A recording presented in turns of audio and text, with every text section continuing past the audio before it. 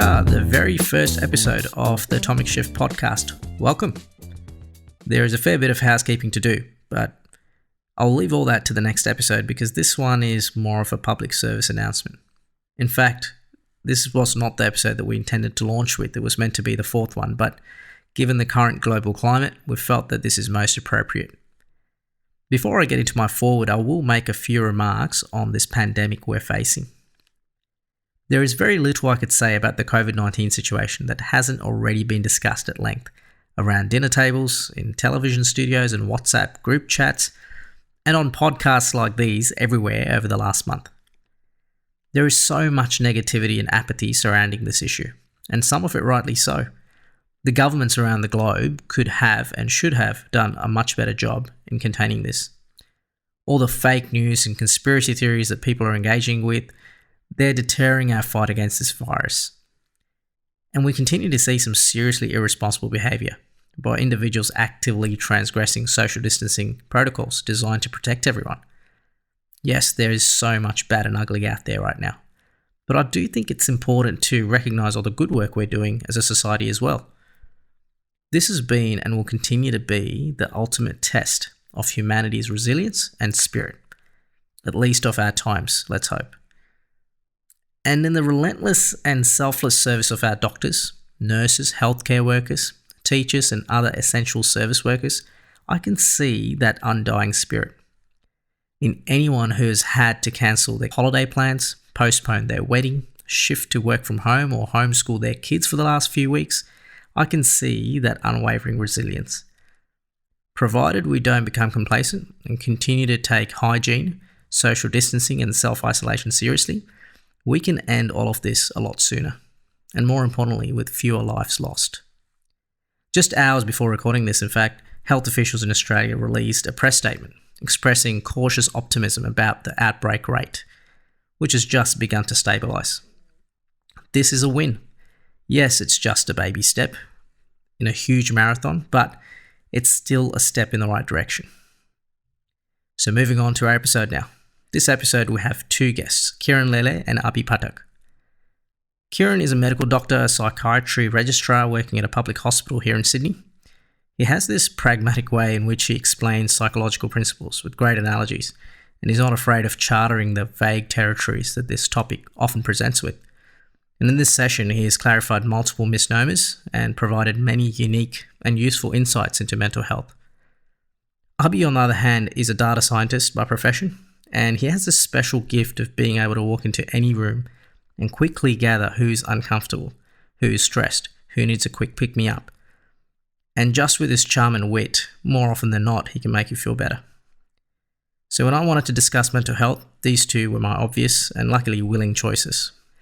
We discuss a range of mental health topics, starting with defining terms like anxiety and depression, understanding the role that family and friends can play in recognising and supporting those at risk. We talk about suicide and the stigma surrounding it. We then spend a bit of time sharing our own personal experiences, which leads well into how early childhood environments can change the mind. Of course, we grappled with COVID-19 and its impact on mental health at some length, and we finished on some great ideas and strategies on how effectively we can manage mental health and navigate through times like these. If you can relate to or resonate with some of the telltale signs of depression or anxiety we discuss in this episode, please do reach out and seek some professional help. Here in Australia, organisations like Lifeline and Headspace continue to work through this period and have online support over the phone or via chat. The only other note we'll go through before we get to the discussion is that of sound quality. As you might appreciate, this is a three-way conversation recorded over an online conference call. So it's not the greatest fidelity, and we had a number of disconnections and noise issues, so you might hear the odd abrupt cut or excessive noise, but overall it is reasonably clear. So with that, I present to you Kiran Lele and Abhi Phatak. So Kiran and Abhi, thank you for joining us today. Thank you. Good to be here. Well, these are the great times we live in. We've caught up so many times to talk about this topic, and then the one time we've dedicated to record this, we are having to self-isolate. So this is fun. Firstly, Abhi, who is a fellow atomic shifter, he's in charge of idea, strategy and curation for us. So a lot of what we are now is because of the conversations Abhi has had with us. And so it's great to involve him in the podcast in a more direct way, finally. And Kiran, of course, is a psychiatry registrar working at the Westmead Hospital here in New South Wales, Australia. He's become my go-to person for anything mental health related or anything to do with how we can manage the situation. And I suppose the situation we find ourselves in as a society right now is a real cause to talk about these issues, isn't it? Yeah, absolutely, especially with everyone kind of having to isolate themselves and distance themselves from the people that they love. It's all the more important now. Yeah. But first, I might just give you guys a chance to introduce yourself to our audiences more formally, and then we'll kick things off. So we'll start with Kiran first. Kiran, do you want to tell us a little bit about what you do and how you view your work? Yeah, sure. So I'm, like you said, a psychiatry registrar, and basically what that means is that I'm a doctor and I'm in a specialty training program at the moment to be a psychiatrist. I'm about 4.5 of 5 years on my way to be a psychiatrist, and so I don't have long left in training, and I'm spending the last little while of my training doing something that really interests me, which is working in mental health of people who have had traumatic brain injuries, and so brain injuries as a result of car accidents or any kind of trauma are often associated with some pretty severe mental health issues, and that's what I want to make my specialty. That's great. It's a very noble cause and a very noble profession. I'm sure you would have seen a bit of a spike in your work in the recent times. Is that fair to say? Yeah, I guess it is. It's interesting. I don't notice a lot more people coming into the hospital, but perhaps that's because people come into the hospital when they're kind of right at the end of their tether. Whereas I guess a lot of the mental health issues that we're seeing at the moment because of the whole COVID crisis are perhaps kind of sub-syndromal. Like it's people are really experiencing a lot of hardship, but they're not the kind of problems that you would go to an emergency department for necessarily, I guess. Yeah, that makes sense. And we will talk about what it means to be diagnosed and what are the things that stop people from actually, listening to the science, so to speak, a bit later. But before we get there, we'll do a quick introduction of Abhi. So Abhi, if you want to tell our audience a little bit about who you are and how you got involved with Atomic Shift, with the podcast, and also a little bit about your thoughts on mental health and any personal experiences you'd like to share. Sounds good. So I'm not a psychiatrist. So I'm definitely Joe Schmo off the street who's keen to, always reading about it, always podcasting about, human behavior, mental illness, psychology in general. So definitely not an expert, but definitely someone who's had experienced mental illness right at home. So thank you for giving me the opportunity to have a chat about this. In terms of involvement with Atomic Shift, so Arjun, you and I have had good conversations for many, many years, and I'm glad we're kicking this off because I think there's a wide range of topics that we all talk about or we all want to hear people like us talk about, and mental health is definitely one of those that doesn't get enough airtime in a public setting. And I'm really glad we picked this topic early on in our Atomic Shift journey. In terms of my experience with it, so like everyone, good days and bad days, but more so, my brother passed away through suicide some 4 years ago, and that was the closest event due to mental illness that I've experienced, and that definitely was life transforming. And yeah, and so it's been really good to talk to mates about this over the years, and family and friends, of course. But yeah, it'd be good to openly chat about this with our audience as well. That's great, and of course, Kiran and I remember the time as well, and there's quite a bit of emotion surrounding it for us as well. So let's get right into it. The podcast today is all about getting yourself a little bit more familiar with the kind of things that can happen in the mental health space. We need to have the conversations that matter, right? And we need to make sure that we look out for one another. So we're going to be deriving a bit of knowledge from Kiran's expertise and also Abhi's experience and his real passion for mental health and everything that encompasses. So firstly, I want to start about some of the technical definitions. So what is stress? What is depression? What is anxiety? And Kiran, can you shed some light on this? Yeah, sure. So I guess, all of these words that we use in our day-to-day language are kind of feelings that have existed for the extent that humanity has been around, really. And the things that we use day-to-day don't necessarily map onto what we classify as mental disorders that well. The way that we classify mental disorders is that we have a few different sets of criteria, and so there's something called the ICD-10, which many countries of the world use, and then there's something called the DSM, which stands for the Diagnostic and Statistic Manual of Mental Disorders, which is kind of created through the United States. And they kind of outline fairly clearly what each mental disorder is. And so in the DSM, which I'm more familiar with because it tends to be what we use more in our day-to-day practice here, mood disorders is a category, and then mood disorders are split into various different syndromes like major depression or bipolar disorder and things like that. I guess we in psychiatry have sort of shot ourselves in the foot slightly, in that the terms that we have used to denote mental disorders tend to be the terms that lay people use in having everyday conversation. And so we have decided to subgroup one of the categories of mental disorders as anxiety disorders. And of course, anxiety is a word that everyone uses. And so that leads to a lot of confusion, and people will often say that they have anxiety, and anxiety is a perfectly normal human emotion. If we didn't feel anxious, then we wouldn't be motivated to do things. We wouldn't run away from a tiger if it was kind of running towards us.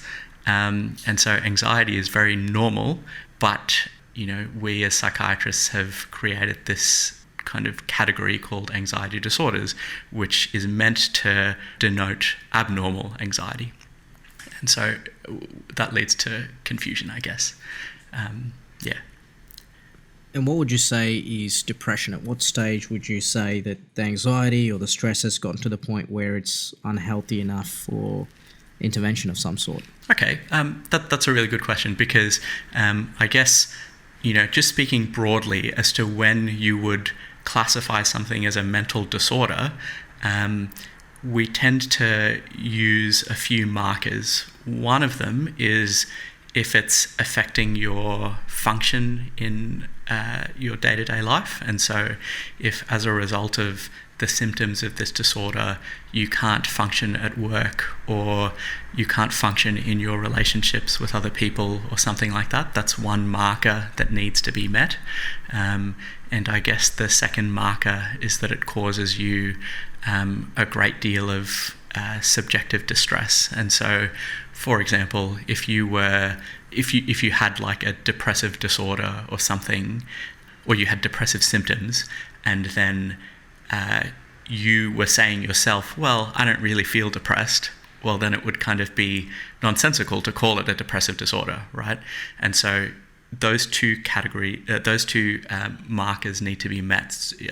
You need to have some dysfunction, and you need to feel that subjective distress. And so for the specific category of depression, the DSM has created a few checkpoints that you need to meet in order to be diagnosed with this disorder of depression. So you need to have problems with your sleep and appetite and your ability to enjoy activities and your concentration and your memory and thoughts of worthlessness and hopelessness and perhaps some suicidal thoughts. And so at least a certain number of all of those symptoms that I've outlined need to occur for you to be diagnosed with this illness. But perhaps we should kind of take a step back too, because all of that sounds very kind of clunky and technocratic and black and white, and really human beings don't work that way. We're not, when you go to your doctor or when you talk to a friend and you say that, I'm feeling really upset, you generally don't think of it in terms of kind of 9 symptoms and whether you meet them or not.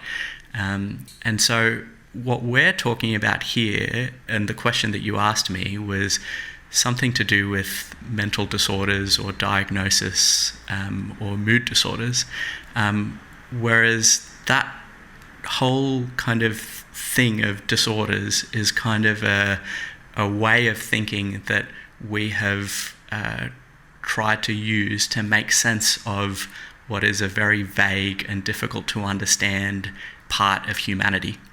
And so generally when psychiatrists try and see a patient and try and figure out what's going wrong, they don't only figure out whether they meet the points that I've outlined earlier, but they also try and really understand what's happening in that individual's life. And that doesn't very easily lend itself to categories or kind of general diagnostic frameworks, if that makes sense. Yeah, I wish I could say it makes perfect sense,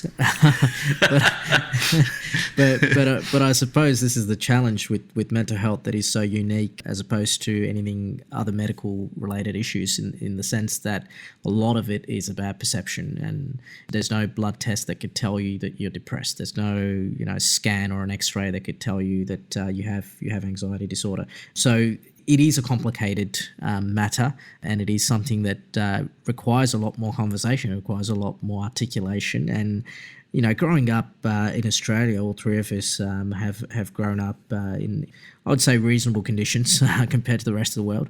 I think we're privileged to have so many support systems, but despite that, a lot of us don't actually approach these systems with the right attitude, with the sense of let's find out what's going on.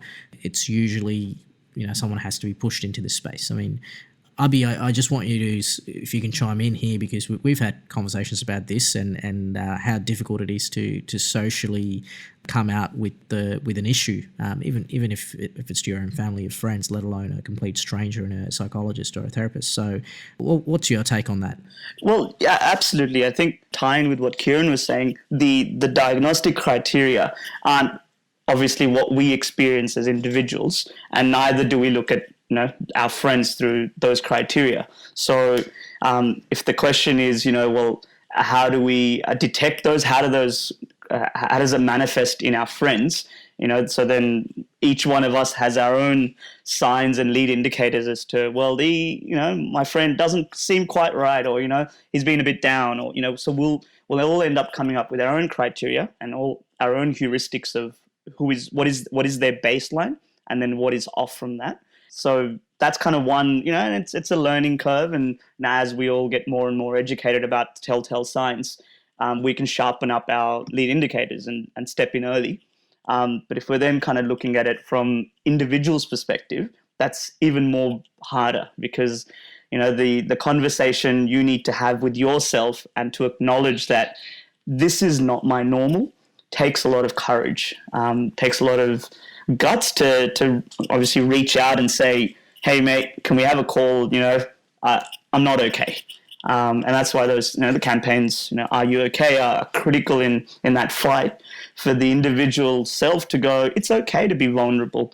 It's okay to break, you talk about being raised as males of Indian origin in Australia. We still have all the hallmarks of being a male, of being an Indian, ethnic background. And then whatever else our social groups, that we interact with, and whatever norms of masculinity. So the "Are you okay?" concept tries to break through that and say, I'm not okay, and I'm not fitting into the norm of whatever I'm supposed to be. And so it takes a lot of courage, and the conversations, Arjun, we've had, or Kiran, we've had over the years, I guess it's it's a work in progress. It is a practice, like riding a bike. I think to be vulnerable is takes steps, and then hopefully whoever you're vulnerable with are able to take you with kindness and generosity and hold you like we would hold a newborn baby, and show you that support. And that then allows you to be more vulnerable, perhaps in the time of most need. And so, so that's kind of been my experience. Yeah. Yeah, that's really interesting, Abhi. You kind of brought up 2 points there. One is that we don't even kind of have the language a lot of the time to be able to talk about our innermost feelings, because we really don't do it that often. And perhaps, one of the things that you mentioned is that men in particular, and perhaps people of Indian origin also in particular, don't kind of practice that language very much. I guess the second kind of point that's very related to that is the stigma of talking about your innermost feelings. And so there's sometimes, in the media and stuff, and even I've heard people say this, that like having a mental disorder is just like having a broken leg, and you should go to your doctor just like you would, if you got into a car accident or something. But really deep down, it's not the same, because having a broken leg doesn't so much affect your self-concept or your, idea of who you are on a deep level. Whereas, being depressed or really struggling in your emotions does affect your very idea of who you think you are. Absolutely. And I think, just to chime in there, I think the idea of a broken leg is isolated. It is compartmentalized. It is the rest of myself functions, but my leg is broken. Whereas with mental illness, it encapsulates the entire sense of self and identity. And so, it's different. Obviously, I mean, the reason people say, go to your doctor just like a broken leg is to encourage. But when you get to the root of it, it's the severity level is far deeper and takes a lot more effort to unwind that. Yeah, I think Abhi you make a really good point, Abhi, with the lead indicators and stepping in early. I think that's the key. Even with your broken leg example there, Kiran, I think when a leg is broken, right, it's a finality. It's the point at which you can then go, okay, well, this is my only option, right? Whereas with mental health, there's so many signs of a broken mind that do not get registered, or they don't get the attention they deserve until sometimes it's too late. So there's some really good points you guys made there, especially with the ethno-social conditioning aspect of it as well, and what that does. And if you really break down the different layers of where mental health can affect you, I mean, you can look at it as a personal level, your sense of self and your confidence and your ability to process day to day mentally. And then you look at the family and your close friends, or your inner community, your inner circle, how it affects them and how they affect you. And then you can look at it from a whole society point of view as well. And I want to explore these layers in a little bit more detail as we go. But before we get there, maybe you can clear up a couple of signs that we should look out for here in this space, Kiran. What is the sign? Because a broken leg happens pretty quickly, whereas a mental health issue is kind of happens over a period of time, through which there are telltale signs that we tend to ignore. In your experience, what are these signs that we're commonly ignoring? I think they map onto what I was kind of talking about before, about when a psychiatrist would make a diagnosis, which is that there's been some sort of significant change in that person's functioning. And so if someone close to you, or even if you yourself have stopped being able to do what used to be able to do, and so you're not able to go to work, and you don't seem to be socializing as much, and you're not taking care of your self-care, like you're not looking after your own hygiene, and you're not sleeping well, then they're kind of the signs that maybe something is starting to go wrong. And the irony here is that, especially if it's a friend of yours and they're starting to display those signs, then perhaps you won't be seeing that much of them, because they're withdrawing from their social connections, and so it can be even harder for you to spot Because, there are always times when we go for, months at a time where we just happen to not have talked to a close friend of ours, and it doesn't really strike us as anything particularly unusual. But, in those few months, that friend could be seriously going downhill, and maybe the reason why they're not talking to you is because they're starting to have the emergence of some of these signs of mental illness. Yeah, I think that's really well put, and I think lack of sleep is the first one, isn't it? I find that when my sleep is bad, that's the beginning of my mind telling me something's wrong. Then I have to investigate what's going on, and all the signs that you talked about are not just noticed, just in ourselves, but also in people around us. So what is the best approach here? Because I know this is not a professional psychiatry question, but just in general, we need to ask ourselves, what is appropriate? How do we pull aside a mate and say, listen, I feel like you need to get some help? I mean, what's the most appropriate, respectful way of doing that? Recognizing it is simple enough, I think. I think we all have a good sense of judgment when it comes to, at least the people who are really close in our lives, so we know when it's something is off kilter. But what's the best way of doing it? Abhi, I'll go to you first here. Yeah, again, so this is obviously all personal experience. What I've found helpful is obviously a private conversation. If your lead indicators are all going off, they're all red, you haven't seen them in a while. Yeah, they might make plans, but they cancel. So there's an urge to meet, but last minute something comes up. They might be short in how they're responding to things. Normally they're carefree, but now they're a bit withdrawn, and they're not really laughing as much as, or saying silly, stupid things as they normally would. Definitely my traffic light would go off. The way I've found useful is definitely a private conversation to go, hey mate, how you going? And it just lots of open-ended questions, to the point where it might feel ridiculous, but they're all life vests that you're chucking out there, and it's a bit dramatic, but the opportunities you're throwing out there to your mate to open up, and to open up without being judged and without feeling like their identity is going to be, criticized for being vulnerable. So that definitely worked for me over the years. And I think it's a skill like any other, and you sharpen it up, and sometimes they're okay, and you back off, and you go, oh, cool.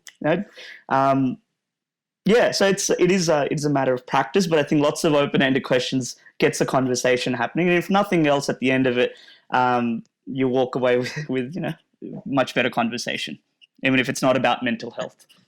No, I'd second that. And I think that, having, like Abhi was saying, a private space, like having the time and the space to be able to have a long conversation, if that is where it leads, is, I think, really important. And also, I think a really good way to bring up that you're worried is by just kind of bringing up why, and not even necessarily having to ask a question. You could just say something like, hey man, I've noticed that I haven't been seeing you around as much, and I was a bit worried. I was just wondering if you wanted to talk about that. And sometimes I find that, especially if someone is feeling kind of really very vulnerable, then asking or being asked a question can feel intrusive sometimes. Like, if someone, for example, is feeling really low, and then you say, why are you feeling low? Then sometimes people can feel like that's a little bit of an accusation. It's like, no, I'm not feeling low, could be their response. And then they can be like, no, nothing's wrong. And then they'll shut down. But giving them kind of the space and letting them know that they have that space to be able to talk openly is I think, the most important thing. Yeah, it's a good point, and I wanted to ask, how you talk about it's a skill, right? It's a skill to be able to firstly recognize the signs, and then it's an even more rare skill to be able to approach it. With what's happened with your brother, do you feel like that experience has allowed you to see things a little bit differently? What changed for you when it comes to mental health as a result of your experience? Look, absolutely. I think since my brother passing away from suicide, 4th of January 2016, definitely remember that day. It'll obviously stay with me. I think my growth in terms of, sharpening up that side of it had started before then anyway, but it definitely became very aware of that we all have our good days and bad days, and if those bad days persist for too long, whatever too long is, it's up to the network, the community of friends to rise up and get in there and help. So that has definitely made me more aware of it. Now, obviously, there is a tendency you could go overboard with it. What's the right level? How are you being intrusive, as Kiran called out? But what helped me in that, in that path of healing myself, as well as, being there for others who may be going through it, is to be vulnerable myself, to have those conversations. So, the first few months, certainly first 3 to 6 months after he passed away, whilst I had good support of my partner at the time, my family, friends, it was absolutely a very, very scary period where, there'd be flashes of thoughts constantly to say, well, the moment I open the door, I'm going to find out someone else has committed suicide. I'm going to get the phone call from someone else that, so those kind of PTSD type, symptoms were there, And so what helped me was to be vulnerable around my mates and obviously my partner at the time, family, whoever I guess I felt I was comfortable with. And that made then it less taboo, more normalized, that you could go through a family member having passed away in such a circumstance and get out of it through conversation. And obviously therapy was there and that absolutely helped me. But conversation with your close community was normal and healthy and part of the healing process. That definitely helped reduce the stigma amongst my group of friends. And that, was a bit of a domino effect. And others, whether it's, marriages not working out or relationships breaking down with parents, they're all just different ways of the same, root cause, which is that mental illness part, the anxiety, the depression. So that sharing reduced the stigma and started a bit of a domino thing. And look, it's not. I'm not here to conquer the world or anything like that. But it just starts with yourself and yeah. Mm-hmm. Yeah, and like we were saying before, I guess Abhi is a perfect example of increasing the vocabulary for these issues. Like as he's talked about this more, and as we've talked about it together. I've been able to be vulnerable too, and that has increased my vocabulary, and so has it. It's as he says, a domino effect, and this podcast is a good example of that domino effect too, I think. Kiran makes a good point around. I was just going to say, Kiran makes a good point around vocab because, again, I go back to the Indian origin. Maybe it applies to lots of other ethnicities, but the way emotions are talked about in childhood, in your teenage years, is the vocab that you carry on in terms of emotions, at least. All your other vocab obviously gets developed in every other aspect of your life, education and work and whatever else you choose to do. But that emotional language, I think, probably does get shaped by how how you interacted with your parents. Was it okay to cry? And I'd be keen to hear about what you guys think around that. Emotional vocab. Yeah, I was just saying all three of us, I know, really like this school of life, and Alain de Botton draws upon a lot of psychiatric theory as he is talking about his kind of videos about early childhood. And something that is related to what Abhi was saying earlier is that the quality of your emotional experiences when you're very young have a big impact on the vocabulary that you learn to talk about your experiences, and then therefore the quality of your emotional connectedness, even in adult relationships. It's quite interesting, really, how significant even the first year of your life is, and how predictable it is that you will have secure or insecure relationships in your adult life, depending on your experiences in that first year. But perhaps that's something that I can talk about a bit more, because I think it's really interesting. I'd love to talk about that a bit more. Actually, it's part of what I really wanted to focus on as well. Is that whole genetics versus conditioning, right? So we keep talking about how much the conditioning has a impact on mental health, especially around vocabulary, around what is right and wrong, the moral compass, and most importantly, the sense of normalcy, what's normal and what's abnormal. But before we get there, I just wanted to acknowledge quickly, thank you, Abhi, for sharing that, because it's a very personal story. One of the things that I got out of the experience of losing a friend in your brother was that I started to see the science a little bit more. Like you said, that the vocabulary became a little bit more normalized. And I think that's a huge challenge for us, right? Because learning the vocabulary is a big challenge, but it's definitely not as big as normalizing it. So I just wanted to quickly talk about the normalization of these principles before we go into this very exciting topic that Kiran wants to talk about with early childhood conditioning. But how important is it really to normalize the mental illness as being something that a lot of people go through?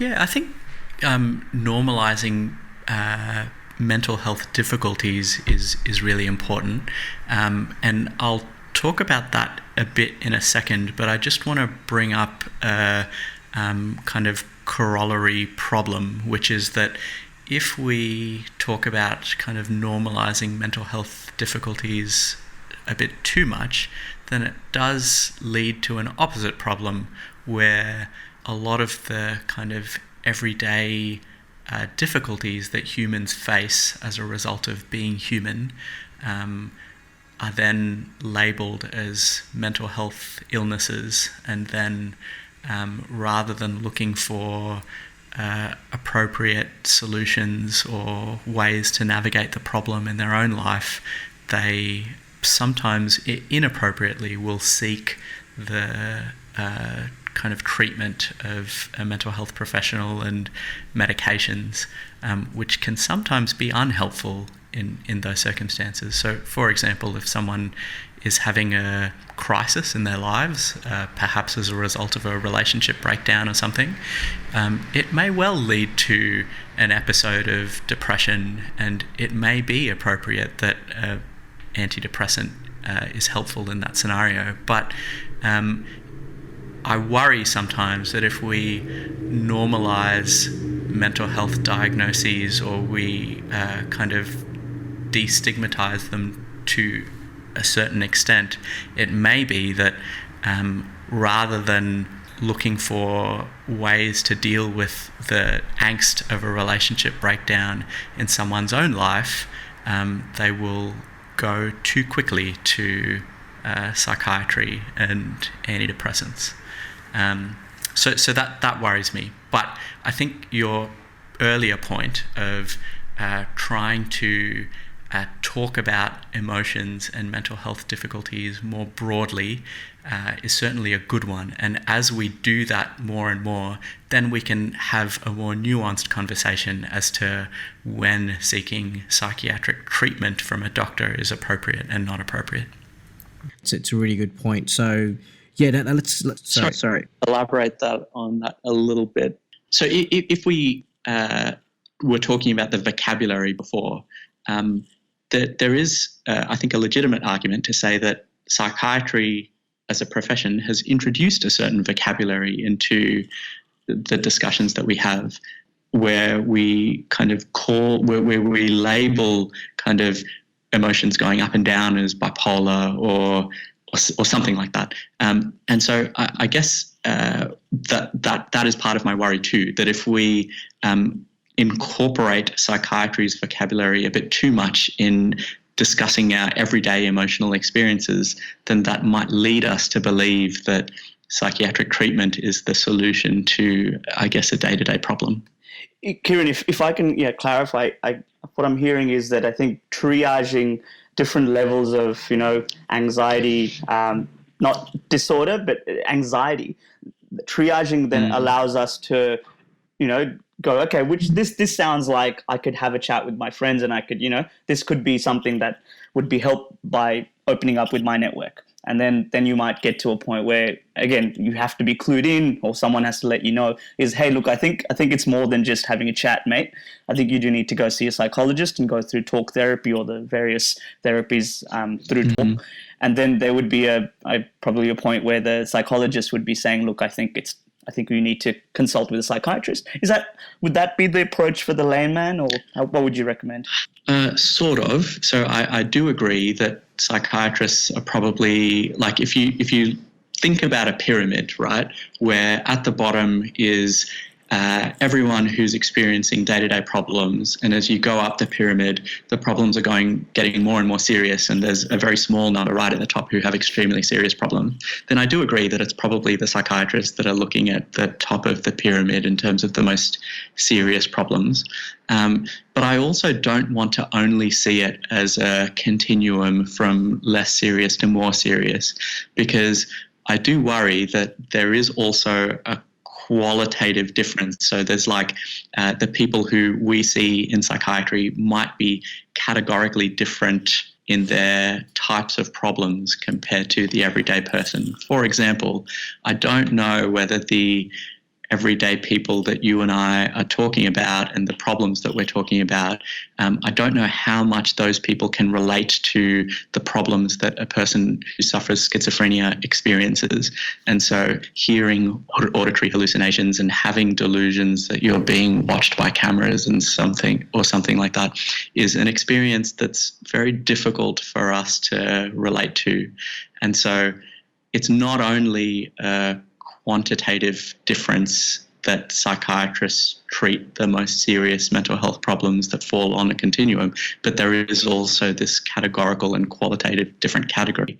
And so what the problem that leads to is that when people are talking about their everyday problems, if those problems get serious, they then, like the way that we talk about it in our culture, makes them believe that a serious problem must be then treated by a psychiatrist and then must be then prescribed psychiatric medication. And so the more serious your problem is, the more likely you are to benefit from medication. And that's not true. Yep, that makes sense. It's not, yeah.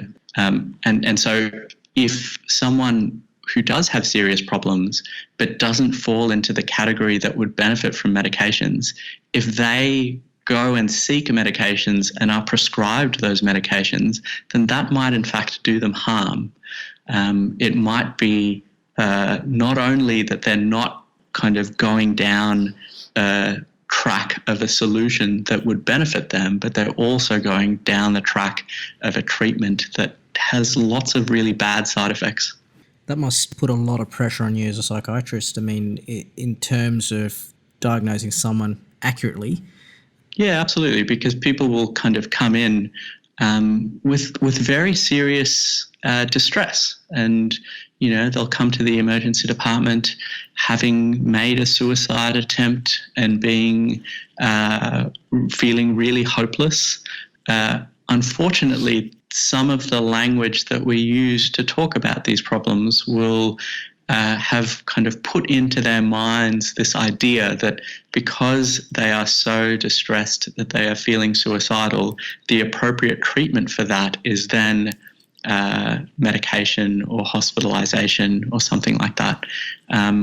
Whereas we know that often is not the appropriate treatment and it could do harm. And so, when I'm seeing someone in the emergency department who may have attempted suicide, it may be that I will sort of disappoint them by saying that no, treatment in hospital or treatment with medication is not what you need. That's extremely difficult to do, and it must be, and it is extremely difficult to hear for the patient, because the patient has had this conditioning, which is the word that you used before, that that is the treatment that they thought that would be most beneficial for them. Yeah, I think it's important to understand how big the problem actually is from a societal point of view. I mean, we've discussed at length the personal part of it and the family part of it, but from a societal point of view, this is a massive issue. I mean, some of the stats I want to run through as well, just before we do that though. Let's talk a little bit about this conditioning, the childhood conditioning, and also a little bit more about the ethnic conditioning as well, because Abhi, maybe I can get you to start off here and share some of your experiences and your insights in this space. Yeah, look, absolutely. I think, I'm 35. I was 7 when I came, when the family moved here from India. So, I'm Aussie through and through, but the Indian culture has obviously stayed with me. And part of that, I think, is I look back on my childhood and often you'd hear mum or dad say, oh, don't cry. It's not okay for, boys don't cry. I'm sure they, without knowing it, they would have said that. Along with the way that, I perceive crying, that might have also shaped, obviously the way I react to things. And so that's obviously one part of it. The other part is definitely the vocab part, until you get into your, whether it's late 20s or 30s, you start realizing the range of emotions that you actually feel all the time, and you quickly realize that your vocabulary is inept, and that there's only one way, which is just either you hear others talk about it, or you go and look up a word, or and so what I quickly realized in the late 20s, especially with my brother's sort of alcoholism fluctuating up and down, and the surge of emotions that I would feel, and naturally he would feel, as would the family. Those emotions were there, were always real, but then putting labels on them became tricky, and sad or angry were too blunter words for that. And so, so that I started realizing then, and through time and experience, started flexing those vocabularies. And and look, again, you don't need to be an English professor. I think it's just a matter of kind of articulating in your own language how you feel in that moment. The other point might be an off ramp we might not want to take is the realization, and this is part of the normalizing, I think, is the realization that thoughts arise and thoughts disappear.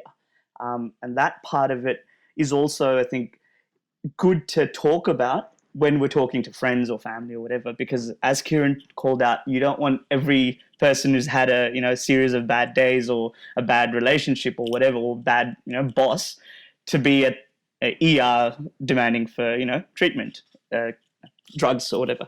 So I think that part of it is also the conversation that should be had. But I won't take the off ramp. But that's probably the part I'd want to call out around vocab, flexing it.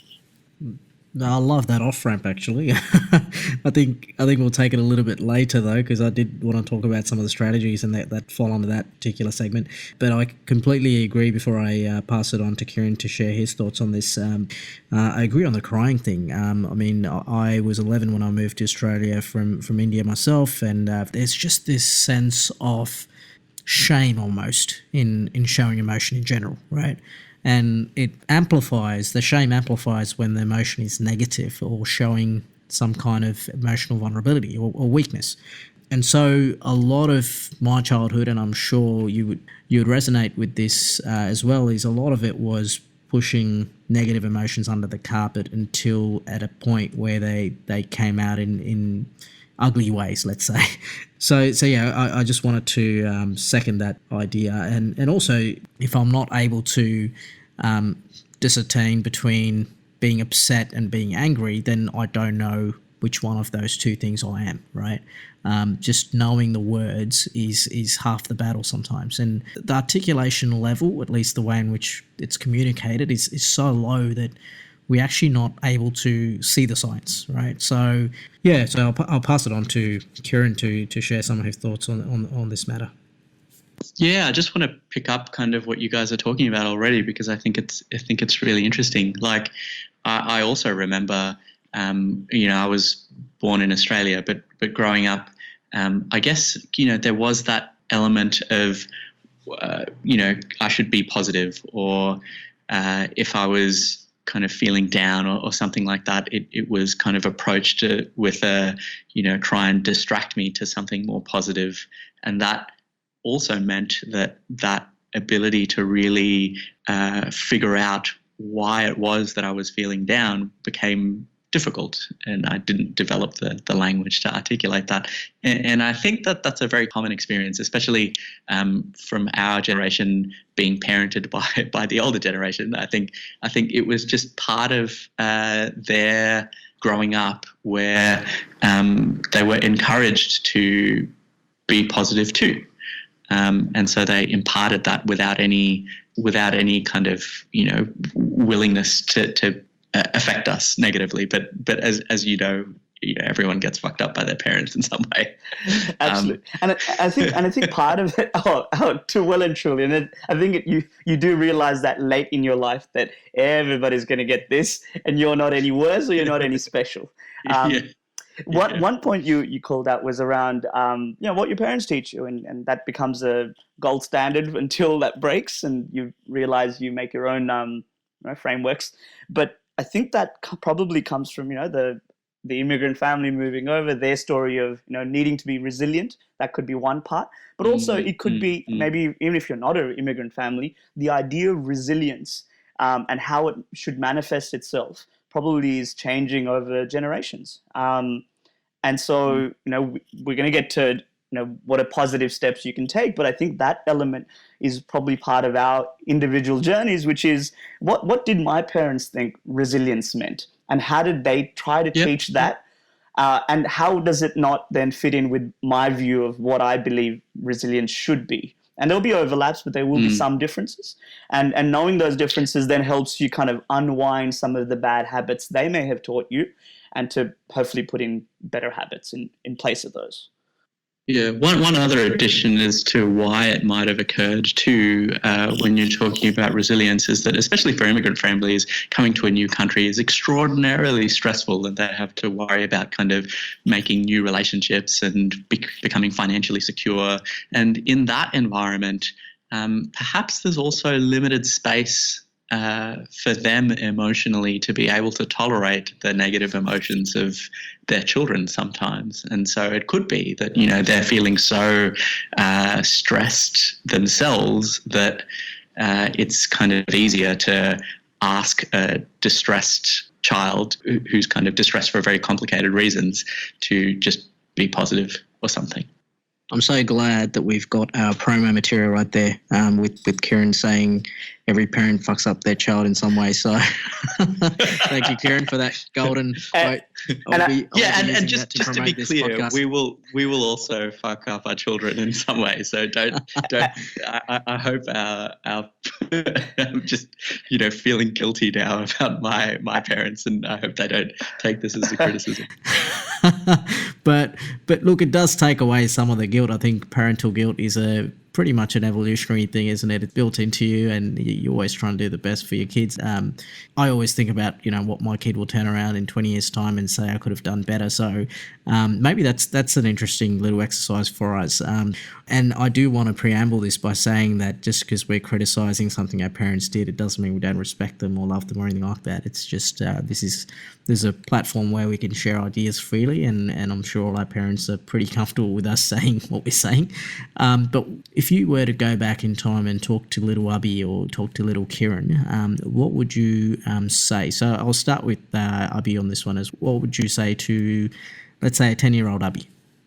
Sounds good. 10-year-old Abhi is going to be in year 5. He's figuring out, his sense of self. He's in primary school. He's probably feeling, should I be competitive? Am I cool enough? And so the advice there would be a little bit simpler. It would be don't be too harsh on yourself. It'd probably be, if you don't fit in, it's okay.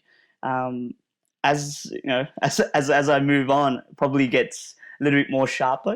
When you're 15, you're kind of figuring out, okay, what are you doing next? Maybe real life events are happening. In my case, bit of upheaval in the home, bit of stresses up and down, flowing up and down. And the advice I would give is to know the boundary between what is your own emotions and the boundary of, where is the stress coming externally.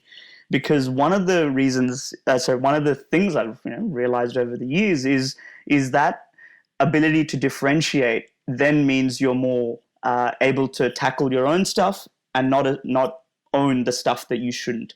Because the tendency then if you don't do that, is to own everybody's stress and to feel like you're accountable for everyone else's feelings and emotions. And to be a 15-year-old or a 10-year-old, you cannot own anyone else's emotions because they're all older than you, probably, and they all have more authority and power than you. And so that part was, and I'll give you a quick tip, even in your adulthood, you quickly realize that you don't control someone else's emotions either. But as a 15-year-old or a 10-year-old, you especially need to know that. So that's probably a piece of advice that would have helped. Because then you're able to look at your remit of control and to know that you've done your best and everything else is out of your hands. That's pretty good advice. I think 10-year-old Abhi would have appreciated that. Kiran? Yeah, it's funny. Me and Abhi have talked quite a bit about how there's certain similarities in a personality structure, and I think my advice to myself would be very similar, which is kind of that, young Kiran, you don't need to take care of other people's emotions around you. You need to take care of your own self first. And it's kind of like a message that I think a lot of people need to hear is that, how in the safety briefing of an airplane, when you're taking off, they say, if you're a parent, put your own mask on, and then once you've got your mask on, then look after your kid. Because basically if you don't have any oxygen, then you're no good to the people around you. And so I think that's a really important message that we all need to hear, which is that, you need to look after your own emotional well-being first. And doing that is not selfish. Doing that is necessary, because unless you do that, the people around you can't benefit the most from your being well. And there's this app called Smiling Mind, and it's kind of like a guided meditation app. And one thing that I really like about it is that the guy says that, have you ever noticed that when people around you are happy and calm, you feel happy and calm? And emotions are really contagious that way. And if you look after your own well-being and you feel well, then that does a lot for the people around you. And I think 10-year-old Kiran might not have been in the position where he would have been able to necessarily hear and take advantage of that message, but I think if he had it, it would have helped. What about you, Arjun? Actually, myself, mate, I'd have to write a book for 10-year-old Arjun. He wouldn't understand if I told him one thing. But I would certainly say this whole idea of control, I would have recommended that he get out of that little vicious cycle. And you probably read it in the book, in the 7 Habits of Highly Effective People. It's your circle of concern and circle of influence. It's really important to be able to identify what's in your control and what's not, and to realize pretty early on in the piece that not much is in your control, right? So you're only able to affect those little 1%ers, and just knowing that would have helped a lot. And the second one is what you've already mentioned, guys, is just don't take responsibility for other people's emotions, because that's their business, right? And I think the more responsibility we take for other people's emotions, we feel like we have a say in other people's emotions, and it's a very slippery slope down to I want to control your emotions. I want to make you feel this. I want to make you feel that, and that is recipe for disaster. So that's probably what I would tell 10-year-old Arjun. But if I did say that, he'd probably panic and just not do it anyway. So we're here, so. But I think that's a great little exercise for us to take a quick little break, just refresh our minds a little bit before we come back and discuss a few other things, including the statistics around mental health from a global point of view, but also some of the genetical influences on mental health and how genes can have an impact, and gender differences and a few other bits and pieces. So we'll come back in just a tick.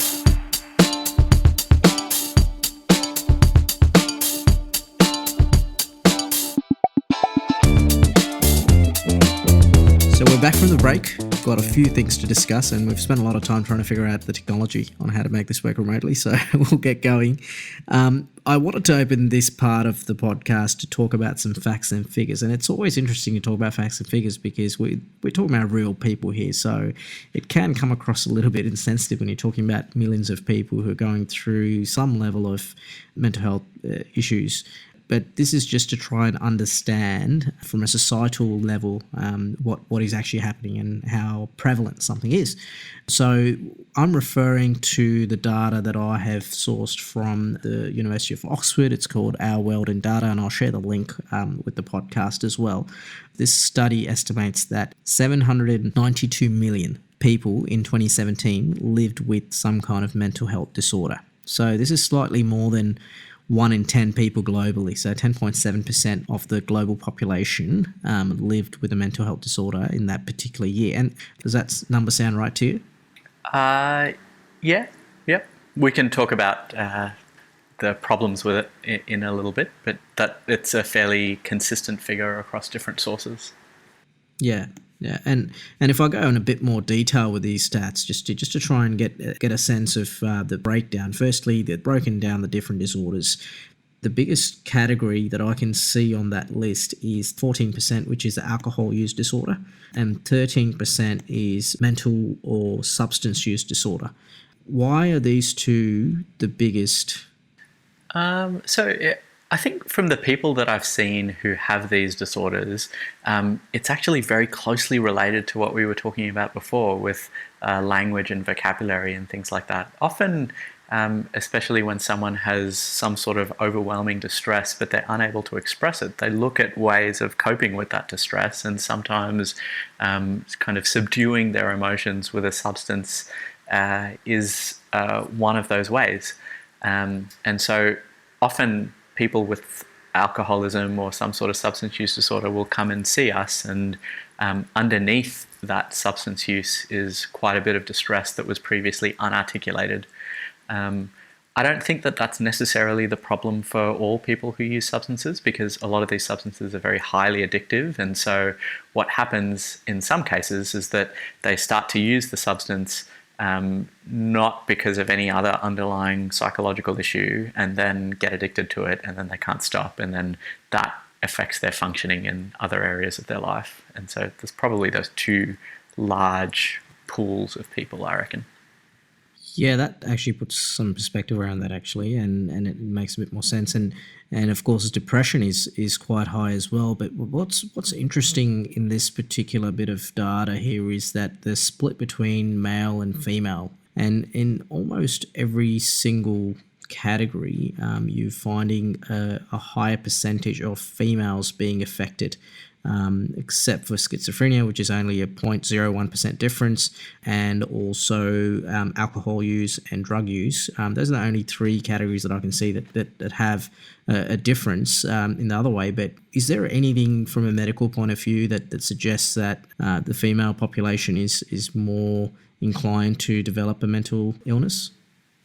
Yeah, well, I'd like to firstly put a few qualifiers on that, and one of them is that ADHD, autism spectrum disorder, and other neurodevelopmental disorders weren't covered in those statistics, and all of them are much more highly prevalent amongst males than females, and so that might have skewed the data slightly. And then, there's another layer of kind of stuff that we could talk about here, which is that is a neurodevelopmental disorder the same as a mental illness? There's a lot of ambiguities there, and we won't kind of necessarily go into that. I think your question of why there is this skew, I can come up with a few different reasons. One is that across most societies in the world at the moment, there is some degree of disempowerment that women feel, and that there are some societies that are kind of much more significantly paternalistic, or I forget what the word for it is, where basically patriarchal. Yeah, that's what I meant. Like Saudi Arabia and stuff. And so I guess in that context, where a person feels more disempowered and unable to kind of control their own destiny, that gives us an idea of why they might be feeling more distress. The second kind of issue, though, is that across most societies as well, women tend to be able to talk about their feelings a bit better. And so there are many reasons for that. And so it is perhaps that we're picking up women with mental disorders more easily than we are picking up men with mental disorders.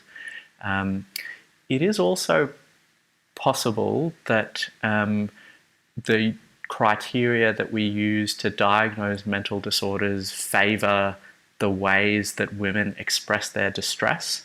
And so men maybe express their distress through aggression and anger and antisocial behaviour. And perhaps as a society we've decided that people who behave in those ways shouldn't be classified as having illnesses. They should rather be classified as being bad people. And so it could be that men, rather than falling into these categories and ending up in a healthcare setting, fall into another category and end up in the criminal justice system. And I guess the last thing that I'd say about this data being a bit skewed is that we should also keep in mind, and I don't think this is included in the website, that men kill themselves 4 times as often as women do. And so even though women have more suicide attempts than men are far more, I guess, take suicide to completion. And so they're far more likely to die by suicide. And so if you take kind of people dying by suicide as a marker of how seriously mentally unwell they are, then it just doesn't really make intuitive sense in my mind to think that women experience mental disorder at much higher rates, which is what this data would suggest. And so for all of those reasons, I'm a little skeptical about this data in general, or all data that's kind of that tends to match the specific figures that this website shows. I think that's a good point, because I think we need to ask ourselves what this data is actually saying, right? Because when you explain the percentages as they are, or the breakdowns, or even the country by country breakdown, there's so many things that are missing in there in terms of people not reporting it. But it's definitely interesting to see that it's so common, right? It's 1 in 10 people are afflicted, and it's, even if you think that's not a lot of people, you haven't counted all the people that are going through it but don't even recognize that they're going through it, right? That's got to be a huge number. The figure that definitely resonated was, I think the Australian figure is something like 6 or 7 people die by suicide every day. Kiran, correct me if I'm wrong, but that was what I've heard last few years, and I think that it's obviously stayed with me after my brother passed away. But that really, you think about, you go through your day, you go to work, you come back home, and then someone's 6, 7 people have people are missing them, and they're having to do a funeral for them. So it's prevalent in our country, and we're fairly prosperous and lucky in a lot of ways, but it happens all the time to completion. And then you've got the millions who are suffering from it, may or may not be getting the right support. So it's staggering. Yeah. I would also add that although kind of there are reservations that we've expressed about this data, data is very important in general, because it does allow us then, if we take a snapshot in time, like 2017, and find out what the prevalence of mental disorder is according to the definition that they're provided, then we can kind of intervene in some way and find out whether that intervention has been successful or not. So I'm in no way dismissing the idea of collecting data, but we should, as you said, Arjun, just be mindful of what we're taking from the data. Yeah, I think that's the takeout for me when I look at this. I mean, as you say, the number of suicides for men versus women is staggeringly in the opposite direction. I mean, it's a ridiculous amount of that. But I do want to move on. If no one has anything else to add to the data that we looked at there, I do want to move on to the genetics of this all. Based on your study and your experience, Kiran, what's your take on the impact of genetics versus conditioning to mental health? Okay, so I would start off by saying, obviously they're both very important. There's also this kind of middle thing, which is epigenetics, which I might explain in a little bit. But the different mental disorders differ depending on how heritable they are, so how much they are dependent on a person's genes. And at the very top of the list, so like the most heritable disorders would be things like autism, ADHD, schizophrenia, and bipolar disorder. And at the bottom of the list, so things that aren't really heritable and dependent so much on genes, are things like depression and anxiety disorders. And there's a kind of the way that they determine those that heritability is by doing things like twin studies, where they will take identical twins and find out what proportion of one twin, or how likely it is that one twin will develop a mental disorder if the other twin has, especially if they've been raised in a different environment. That's kind of really helpful for science. And other ways that they do that is do things called genome-wide association studies, where they look at a person's kind of full genome and lots of people's genomes who are diagnosed with the same disorder and find out which genes they all share. And so that's kind of a talk on genetics. But then there's this thing called epigenetics, which is basically that even if two people have the same genes, they may not express them in the same way. And the way that they express them is largely dependent on the environment that they're exposed to. And so that environment starts right at the beginning from kind of the interuterine environment when, before you're born.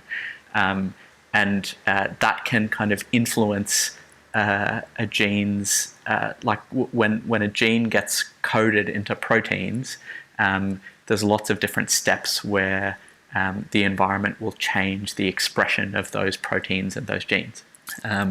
Environment, though, or conditioning, as you call it, is also hugely important, and perhaps kind of the most significant recent study that is worth looking up and worth thinking about is something called the ACE study, which is ACE, and that looked at something called adverse childhood experiences, and it categorized what, or it defined what an adverse childhood experience could be. For example, your parents getting divorced when you're a child, or one of your parents dying, or being sexually abused, or being robbed at gunpoint, or something like that.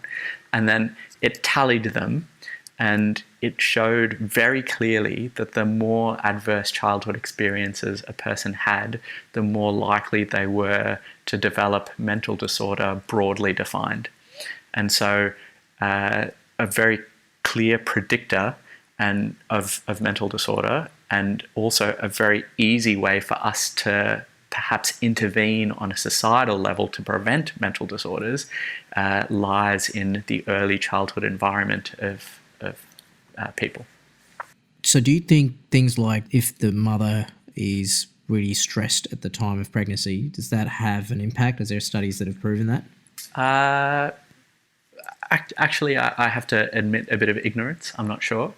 I think, firstly, because we're talking about children and doing studies on pregnant women and children, there's a lot of unknowns, because ethically there are things that we can't really study. And so that means that even if there was a true association between maternal stress and childhood mental disorder, it would be very difficult for us to pick it up. I think the second point that I'd make is that, and I think this was just probably kind of a slip of your tongue or something, but we can't prove anything in science. We don't prove things, we disprove things. And it's very difficult to know things for certain. But what we can do is we can have a hypothesis and we can test it and try and falsify it. And that way we can kind of add a bit of knowledge to our assumptions of what is going on. Yeah, that makes complete sense. You're right. We can't technically prove anything, can we? The way that I've been explained this before, and Kiran, you can correct me here, is that when we're born, whatever the genetic or epigenetic nature has had an impact, it's like a thermostat. It's the way that's been explained to me. It's, when you're born, you have a particular mental condition, which is kind of your middle point, and you can sway, 10 degrees this way and 10 degrees that way, but you can't sway 20 degrees, or you can't find a new middle. Is that a oversimplification of mental health from a genetic point of view? I think it's a good explanation. I mean, that, like I was saying, for say a diagnosis like schizophrenia, it lies somewhere in the 70 to 80% heritability, which basically means that 70 to 80% about whether you will develop the condition schizophrenia is dependent on your genes.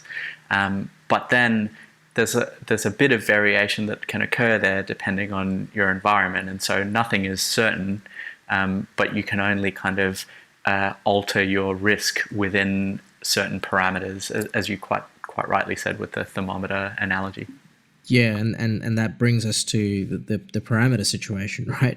How can we, as friends and family, change the way we think about mental health so that we can really add value to these people and make a positive change in their lives? And that's the next big question I want to tackle. And I'll go to Abhi with this one, because something interesting that I noticed after your brother's passing is the way in which your language was different to what I'd normally heard.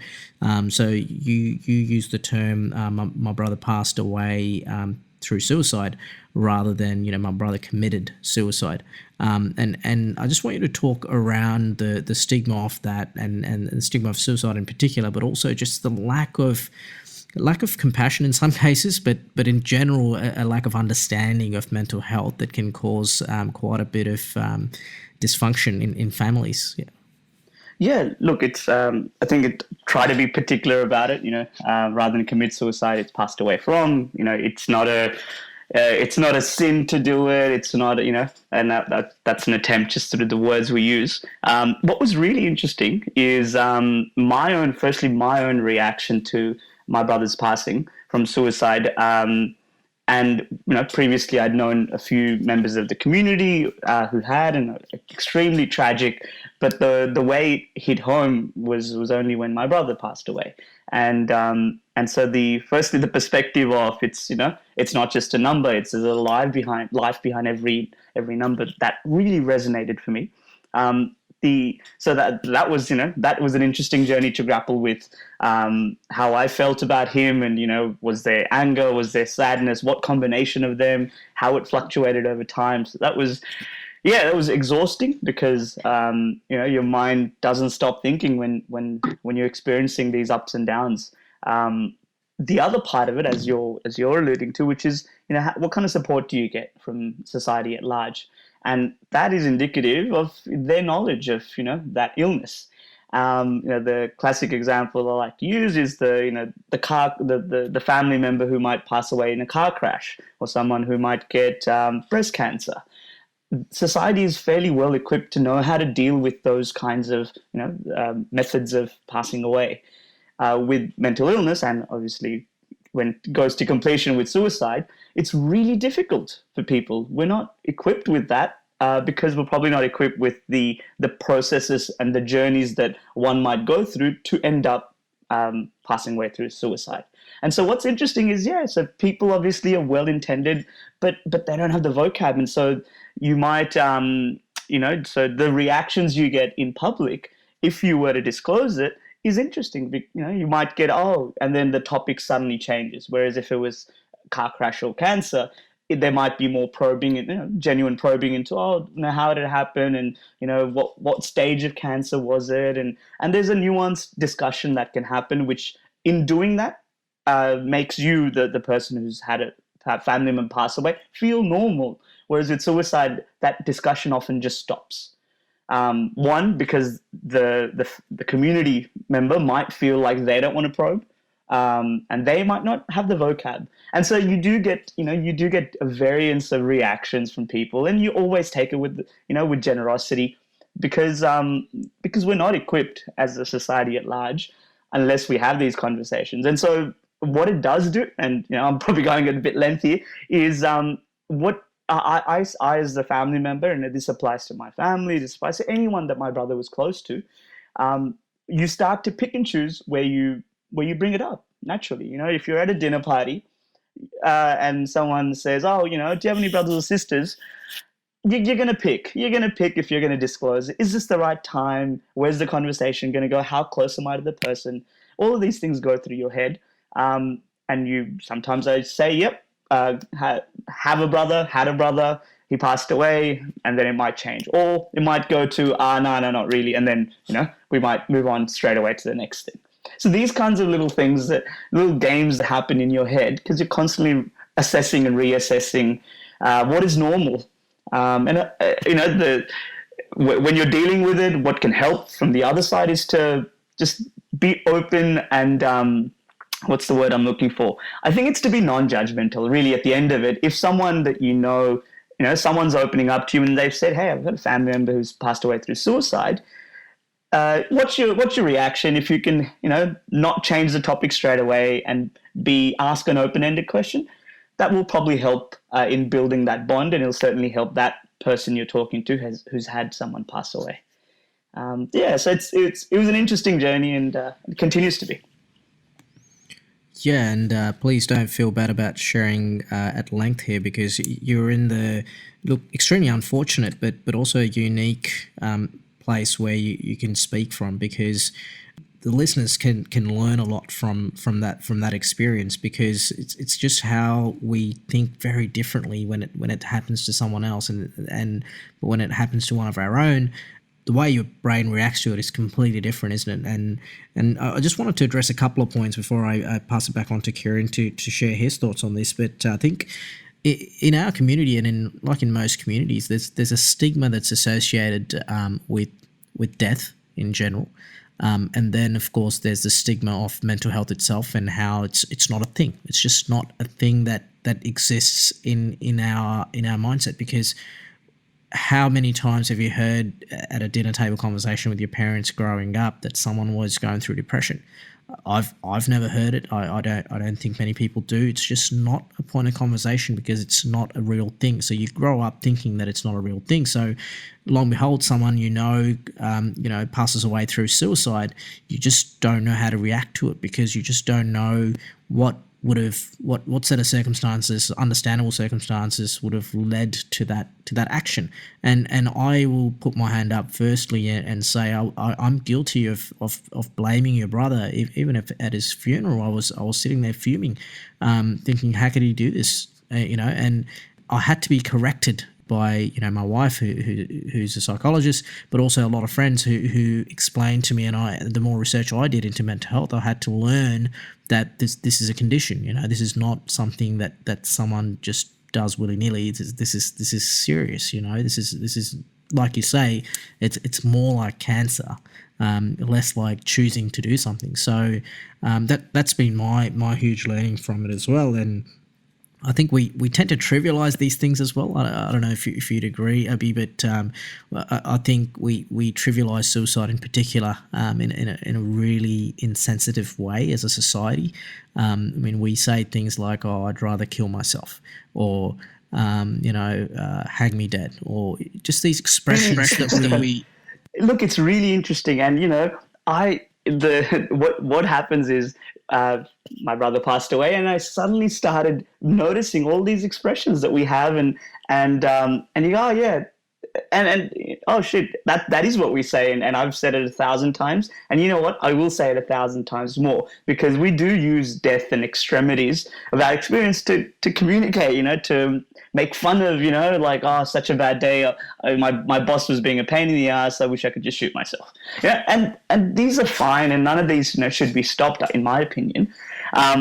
but going back to what you were saying about, anger, that was certainly something that I was told off by a couple of family friends who had gone through that, and they felt that anger towards the person who had passed away through suicide. And so that, as I distinctly remember, writing the eulogy that I wanted to say at the funeral, and I remember saying to myself that, look, I don't want to just sit here and not reference the suicide.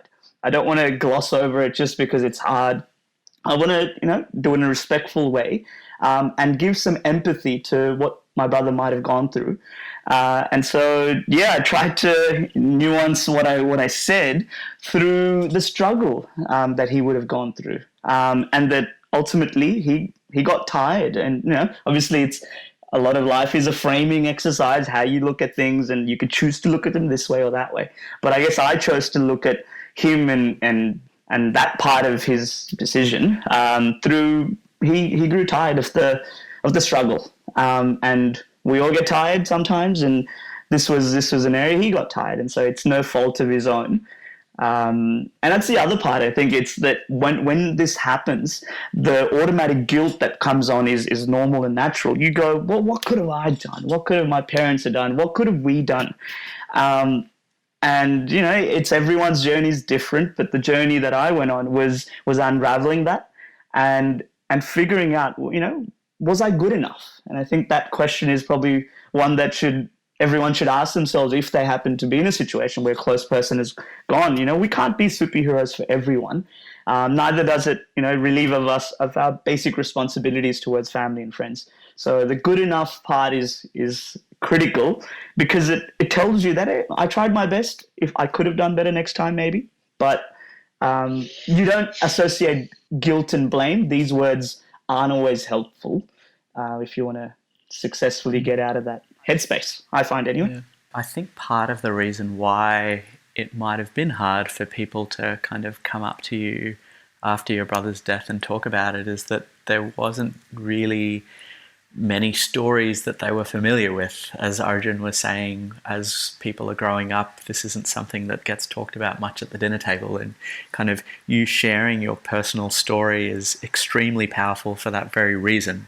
And I would kind of just move forward from that a little and say that I think understanding the personal stories of people who have experienced mental illness is probably the most useful thing that we can do to understand mental illness in general. And so rather than necessarily talking about the facts and figures and stuff like that, if we hear people's stories, that can really change things. And there are a few shows on ABC, like the You Can't Ask That show, and then there's this other show where there was a filming in Liverpool Hospital where they actually looked at the inside of a psychiatric hospital and how it functions and heard the stories there. And there are a few books that we can talk about too, where people who have experienced mental illness have actually written about their journey. And I think that's something that we should all kind of read and talk about a bit more. Yeah, especially if you think about any condition that's affecting 10% of the population, and we know that that's a conservative estimate, that's certainly cause for open discussion. I mean, no matter how uncomfortable it makes one feel, I think it's something that we need to be recognizing to begin with, just acknowledging the fact that it exists and it's real and it's normal and it's common and all of these things. And growing up knowing all this would have helped me be a better friend, be a better husband, better son, better brother, all of these things. So I can empathize with where you're coming from, Abhi, in this sense of, am I good enough or was I good enough?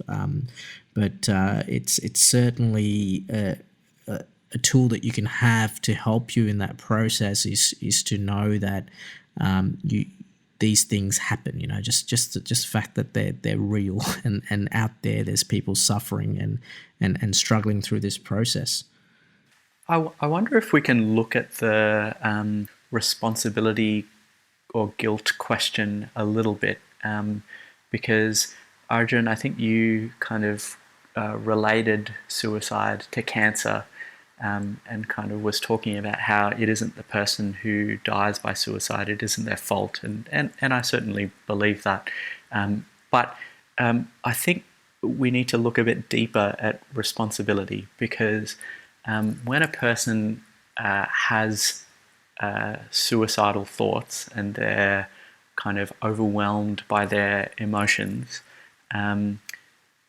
one really important aspect of their treatment is to empower them, and so to help them to feel like they can make a change in their own lives, and that they are responsible for their own emotions going forward. And it's really hard to kind of reach this balance between kind of not blaming them, but at the same time holding them responsible. And a similar kind of balance needs to be struck in people who have addiction problems. And so there are people who suffer from alcoholism, and alcoholism is a kind of biologically mediated illness. There are changes in the brain that are very kind of easy to see if you do the right scans, that make people addicted and less able to kind of get out of this never-ending cycle. But at the same time, the best tool that we have at the moment to help people with addiction get through that is to instill them with a sense of responsibility, and by helping them feel like they can make a change in their own lives and then working themselves out of it. And so we hold them responsible, but we do it with kindness and without blame. And so I guess, relating it to cancer is useful in some ways, but it kind of falls apart in other ways, because one of the things with cancer is that if someone kind of develops cancer, then they say breast cancer and they need chemotherapy and surgery and radiotherapy, then they kind of become a passive recipient of treatment in a way. Like, although they can certainly do things to influence their outcome, like they can stop smoking and exercise regularly and have kind of a generally positive outlook and take care of their mental health, and that they can do all of those things. But the key elements of treatment, radiotherapy, chemotherapy, and surgery, are things that the doctors kind of do to them and to fix their cancer, whereas that can't really be said of people who have suicidal thoughts and drug and alcohol problems. It's an excellent point, Kiran, because just to clarify, though, I was talking about more the post-death situation. If someone died of cancer, the way that is viewed by society versus someone who passed away through suicide. But yeah, you're absolutely right. There is so much that we can do to avoid suicide, along with all the other different mental illnesses we've discussed. And we shouldn't absolve ourselves or the people who are inflicted with these illnesses of total responsibility. But at the same time, we need to construct a compassionate environment around these people, a support network, so to speak, that allows them to thrive in difficult situations. And I think that might be a reasonable segue to go into what the difficult situation that we're all facing at the moment with the outbreak of coronavirus and how we're dealing with it from a personal level, but also as a family and a society. But before we get onto that, I just wanted to acknowledge that point, because for me, certainly after Abhi's brother passed away, it was a huge reminder to look out for one another, something that, and I went through a similar process, obviously not to the degree or magnitude that Abhi did, but the similar process of, could I have done something differently to help this situation before it got to that point? And really what came back to me constantly was I could have made a phone call, say, hi, how you doing, right? I could have done this, I could have done that. And I think the silver lining, if there ever is one, out of these type of outcomes, is that I have become that person who now randomly calls people, check in on them, see how they're doing, make sure that and I've become better at noticing signs. And I have a friend who's going through a patch in their life that they're trying to deal with, and all the signs are showing that there's depression possibly, and so I have encouraged this person to seek help, and I have implored this person because they don't believe that they have any problem, and so I think that sense of responsibility you talk about is hugely important, and for all the listeners who are listening to this and who have made it to this part of the podcast, I would say that don't wait for something to happen to someone close to you for you to make that change. I think there's enough scientific evidence, but also there's enough personal stories out there that should implore you to be looking out for one another from a mental health point of view. So with that, I would want to transition into the COVID situation, unless either of you have anything more to add. Maybe just one thing that came up kind of while you were talking about your friend who may be experiencing depression and doesn't perhaps acknowledge it for themselves. I think this is also a key way that we can think that mental health things are slightly different to other medical problems, where a person may come to seek help for a mental health problem, and trying to understand what is going on for that person and trying to come up with a way to help that person is something that's kind of co-constructed, and the decisions as to what is done to help that person are shared, and there is no sense really in mental health of a doctor or a professional or another person saying that, I think that this is happening to you and therefore you need to do this and follow my treatment plan. And so in the same way, kind of, even when people are talking to their friends or family or whoever else is experiencing a problem, I guess, the understanding of that problem and the directions of how to help that person are shared. And so we kind of approach someone who we feel is struggling, and we discuss things with them and then kind of work together with them, which is, I guess, just slightly different to, I keep coming back to this idea of cancer, and, if someone has cancer, you go to an oncologist and you do what the oncologist says, and that's kind of it. There's no co-construction of a treatment plan. No, there's right. no. Yeah, Right. yeah. We don't co-construct the idea that I may have breast cancer or testicular cancer, or whatever it might be. But for those listeners who haven't met Kiran or Abhi, I promise you the laughter is purely out of irony. It's not to take away from the seriousness of the matter. So, Abhi, is there anything else you wanted to add to this before we talk about COVID and the big monster? Yeah, no, look, the one concept I'd want to call out is if this is a terrible analogy, but if we look at, completion to suicide is this, this long road that I hope obviously no one ever wants to go down to that point.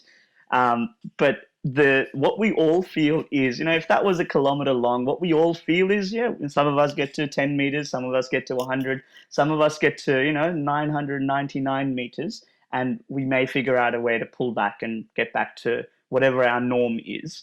And so it's if we look at it on a continuum, it makes it a lot easier to discuss, because then there are lots of nooks and crannies for all of us to fit in. And it doesn't feel like that's the finality. And so the other part of looking at that analogy is it means that there are plenty of steps and opportunities for us as individuals to catch ourselves, or us as friends to catch our friends. Then the shock and surprise, it's a bit less, because we're all on this journey, and we're all fluctuate. Some go to 500 and they get help, 500 meters, they get help, and then they regress back to their norm. So that was one that kept with me, that analogy. Yeah, I really like that, because that is a very hopeful message, and it's basically saying that despite how serious and hopeless people may feel, there is help, and it is actually very kind of well-developed and successful help a lot of the time, and it may take a few turns and a few goes, but there is help. Yeah, and I think that what you mentioned with the sharing becomes important, especially with that analogy, because we need to hear more stories of people who've gone 500 meters, 700 meters down the path and found a way out. Because the moment we start hearing those stories, we start to build that hope and we start to find common solutions to similar problems. Yep, I agree. Well, it is a monster of a topic, and I think we've done reasonably well to cover as much of it as we can in the short time that we have. But let's now move on to the big elephant in the globe at the moment, so to speak, the coronavirus that's been on the top of everyone's mind, and it has had such a huge impact on the way in which we live our lives. And just from a personal point of view, I first want to get some stories from everyone as to how it's changed their lives, and if there's any silver lining in this whole story for you. We're recording this on the 28th of March, so we're hopefully thinking that we've seen the worst of it, but it's been about 3 weeks worth of paranoia, the impact it's had on the economy. I've had friends, family members who have either been made redundant, have been forced to take annual leave, work from home situations, isolations, the communication issues from the government. Are they going to lock things down, or they're not going to lock things down? I mean, what's the right thing to do? And there's a lot there, but how are you guys finding it so far? I'll start with you, Kiran. Firstly, I think that this is really a diabolical situation, because not only is it causing a lot of changes in our social fabric, but it means that the key tools that we have to kind of navigate through mental health difficulties, which is each other and having, close relationships, is not available to us right now. And I think that that's particularly awful for some of the or large sections of our population that already deal with loneliness on a kind of day-to-day basis. I guess other things that kind of come up for me are that I don't I'm not as hopeful that this is the peak, or that we've kind of seen the worst of it. I do kind of look at countries, especially Italy and China, for cautionary tales of what kind of could happen if we don't act appropriately now. And this kind of thing that you talked about of guilt, which is usually a large part of my psychology anyway, is definitely kind of playing a role at the moment, where I think that it is my obligation to try and distance myself from other people, and I think it is the obligation of all of us to try and do that, because if we do that soon, then we can prevent the pain. The way that it's kind of affecting my day-to-day life is that because I'm a doctor in a hospital, I still go to work, and work's not been too different yet, although I've noticed quite a few changes around the hospital, and we in our own team have made it so that we don't spend any time with each other, which is isolating, but which is kind of protective if things get worse in the future. But there is kind of this sense of trepidation in the hospital, and we are all aware that it kind of feels like this calm before the storm feeling, where we will get inundated possibly at some point soon. I think overall this situation gives us a tremendous opportunity to reflect on our own values. Prior to this requirement to social distance, I don't think we valued interpersonal connectedness enough. And I think that has manifested in people kind of sitting in their own little boxes, watching their TV on their own and not engaging with the community at large, or even kind of having, so many barriers where they would just kind of sit on their phone or play a game or something instead of actually engaging with a relationship.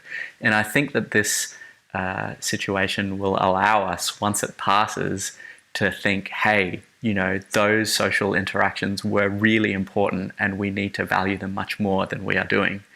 I just hope that it doesn't take a lot of people dying in the meantime for us to come to that realization. Abhi? Yeah, look, definitely not bearing the brunt of it like Kiran at his work. I'm definitely feel like one of the lucky ones, still have a job, and having to work from home is painful. You're not getting social interaction with work colleagues, but definitely lucky compared to so many other Australians and so many other people around the world. In terms of, sort of psychological impact, yeah, I think the norm of hanging out with mates after work for a beer is not going to be like that for probably 6 months, if not more.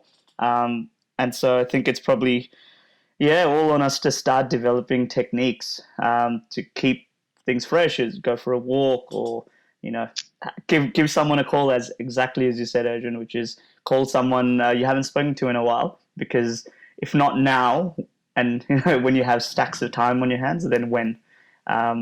So there, it does feel gloomy. It does feel like an invisible enemy, but it does remind us of what we do value. And I think Kiran said it rightly, which is hopefully we all take stock, and when we come out of this, which we obviously will, whether it's 6 months or 18 months till that cure, hopefully we keep in mind the things that we've learned.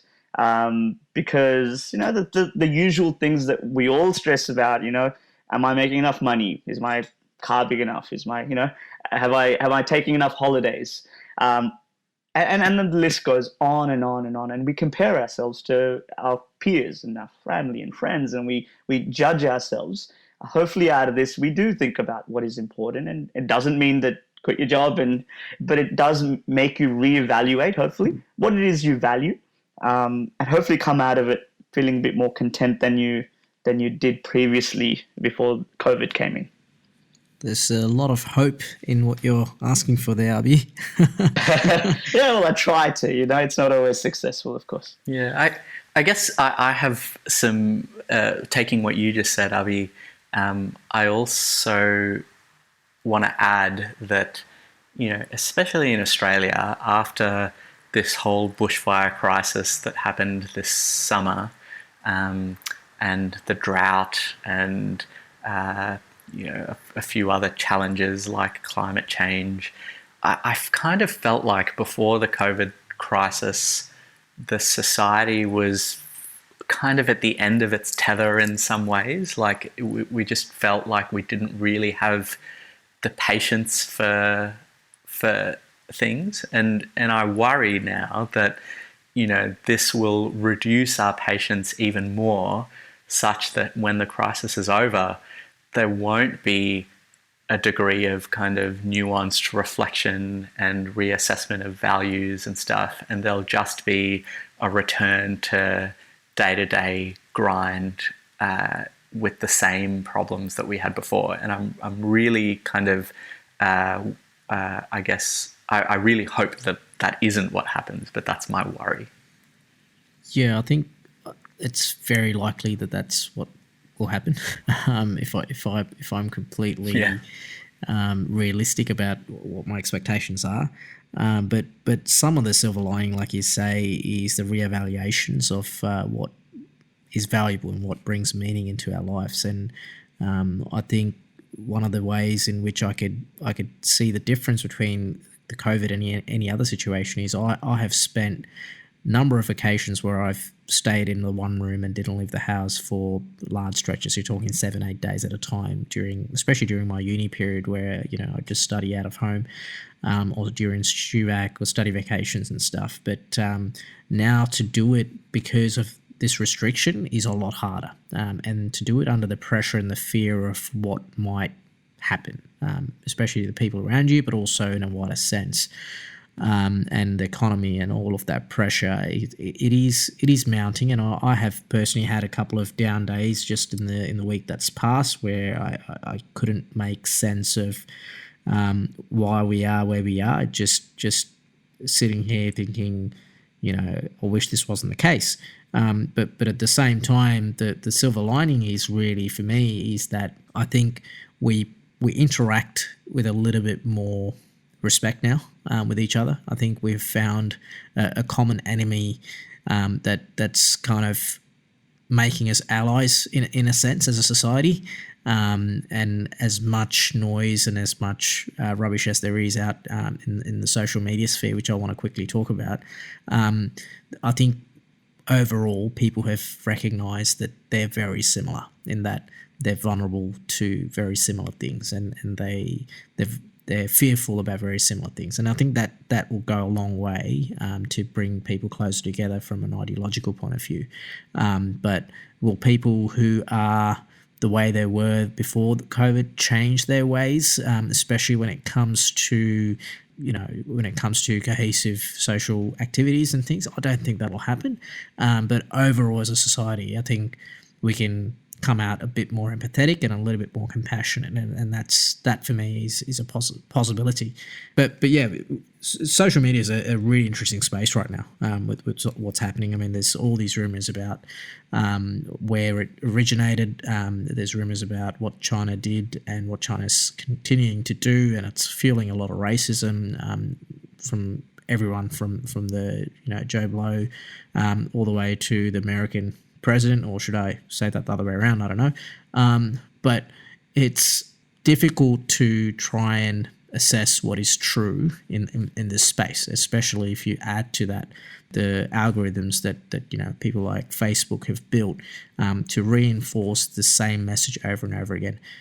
So in this environment, especially from a social media standpoint, Kiran, what do you think are the biggest mental health risks that people could be prone to? And as a second bonus question, what can we do to minimize the effects of these fears? Well, I guess firstly, let me say that I think your diagnosis of the problem is really quite right, which is that, our media was already so fractured and our society was already so in bubbles. And so that kind of just lends itself to all of this social media misinformation. I reckon that, I'm honestly not really sure what, from a mental health point of view, how the approach would differ from the general principles we've kind of been discussing already, which is that I think people need to look out for each other, and people need to check in on each other, and they need to seek help when things are going really badly. I suspect that a lot of the problems that will occur as a result of coronavirus, like unemployment and grief because of deaths in the family and things like that, will be significant hardships, but will probably be sub-syndromal from a psychiatric point of view. And so all of those mental health supports, or all of those kind of societal supports that we look for other problems are just as relevant, which basically means exercising regularly, eating well, sleeping well, talking to your family and friends over the phone or over Skype, and looking for more professional help if that doesn't cut it, I guess. Yeah, Abhi, what's your take on this? Look, I've got a very biased take. I got off social media 4 years ago, 3-4 years ago, and so definitely don't consume that at all. It's got its pluses and minuses. In terms of misinformation, obviously that's been going for years, particularly since 2016 election US, but I'm sure it's there before that. It's just unhelpful to do the blame game without knowing the facts. So you talk of casual racism towards people from China, and it's we're better than that. We're better than that to trust memes and dog whistles. So the thing that's helped for me is to have real conversations. And so if you're walking away from looking at people's Facebook posts and you're feeling worse, it probably means that you're not looking at the right posts, and maybe it's time to reduce some of your social media interactions and go have some real conversations, because you're probably going to walk away feeling better about yourself from those ones. The fact that you think we're actually as a society better than that tells me that you haven't been on social media for a while. So I have not. You are right.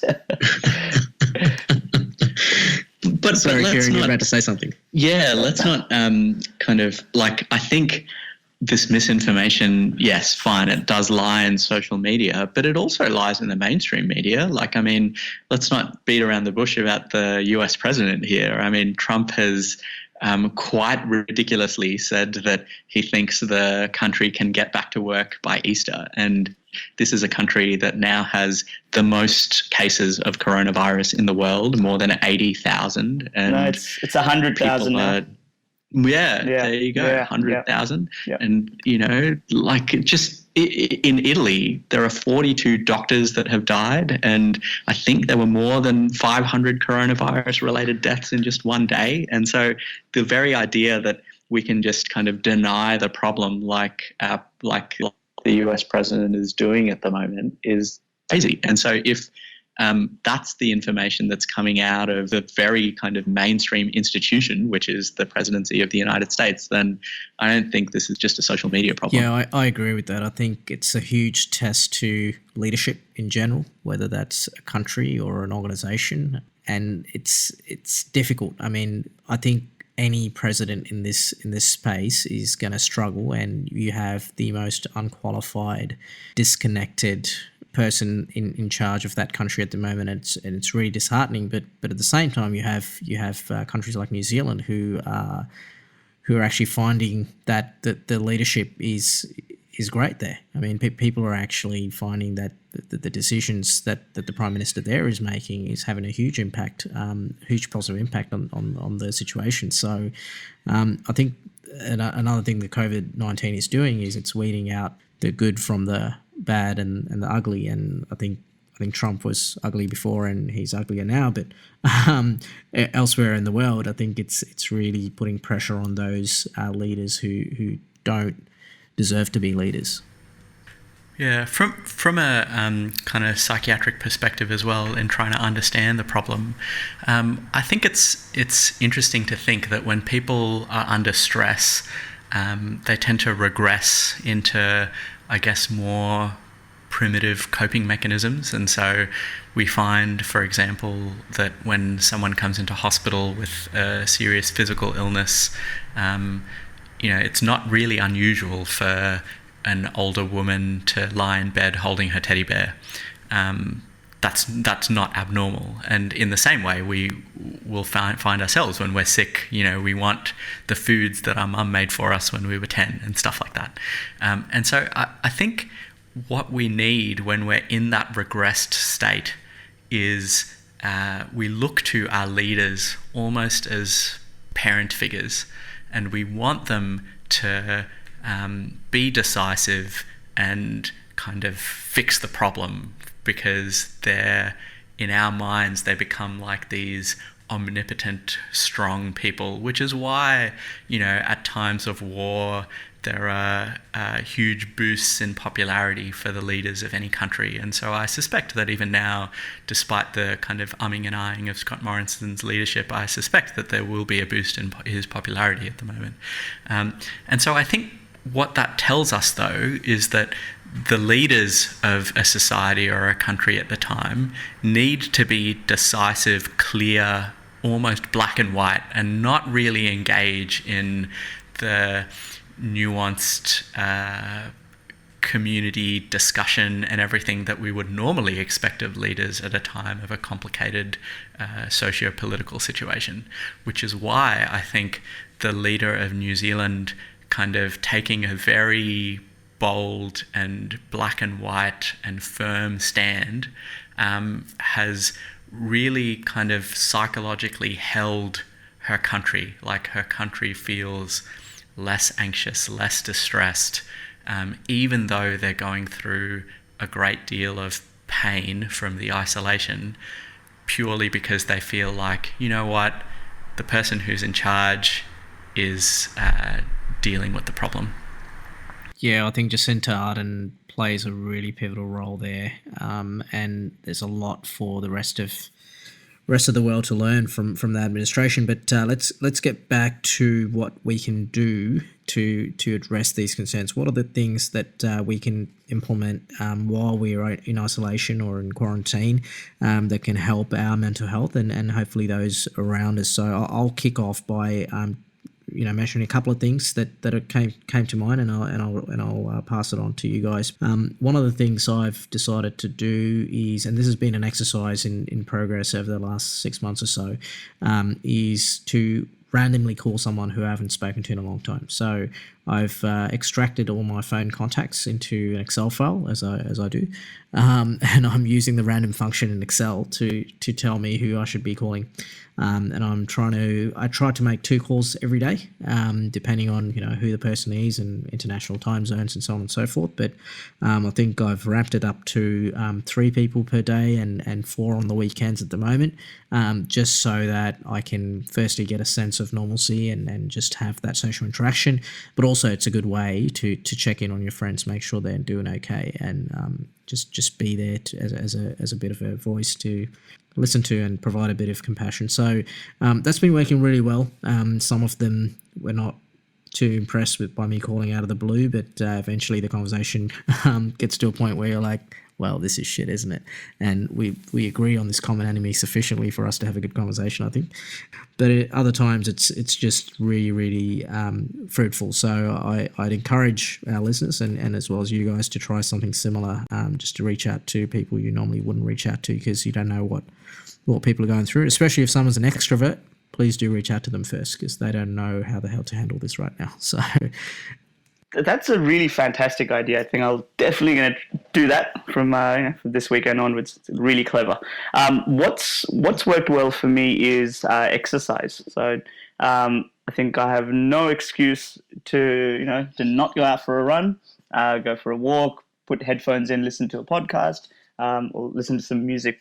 I think I've got a designated time of the day. I think about 6:30 or 7, I head out of the house, go for half an hour, 45 minutes, and just come back just feeling vigor for life, because you do lose some of that by having this altered routine. You're not going to work, you're not talking to colleagues, you're not catching the train or the bus, and exercise definitely reminds you of physical activity, just smelling the flowers, looking at trees, and might even see a person on the street. So there's some of that reality that comes back. That's probably the key thing, and part of that is just having a routine that you can stick to, and then do it every day or every other day in terms of exercise. That's great advice. A bit of structure will help for sure. Kiran? Yeah, I think those 2 main things are really apt.